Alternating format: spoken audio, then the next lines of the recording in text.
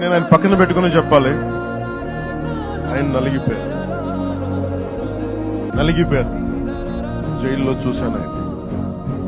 పాపం భువనేశ్వర్ గారి బాధను చూశాను. నేను అనుకున్నాను, అమ్మ మీరు కన్నీళ్ళు పెట్టుకోండి, మంచి రోజులు వస్తాయని చెప్పిన మంచి రోజులు వచ్చాయి. వారికి మనస్ఫూర్తిగా వారికి నా హృదయపూర్వక శుభాకాంక్షలు. మీరు అద్భుతమైన పాలన ఇవ్వాలి అందరికీ మనస్ఫూర్తిగా నేను తెలియజేసుకున్నాను.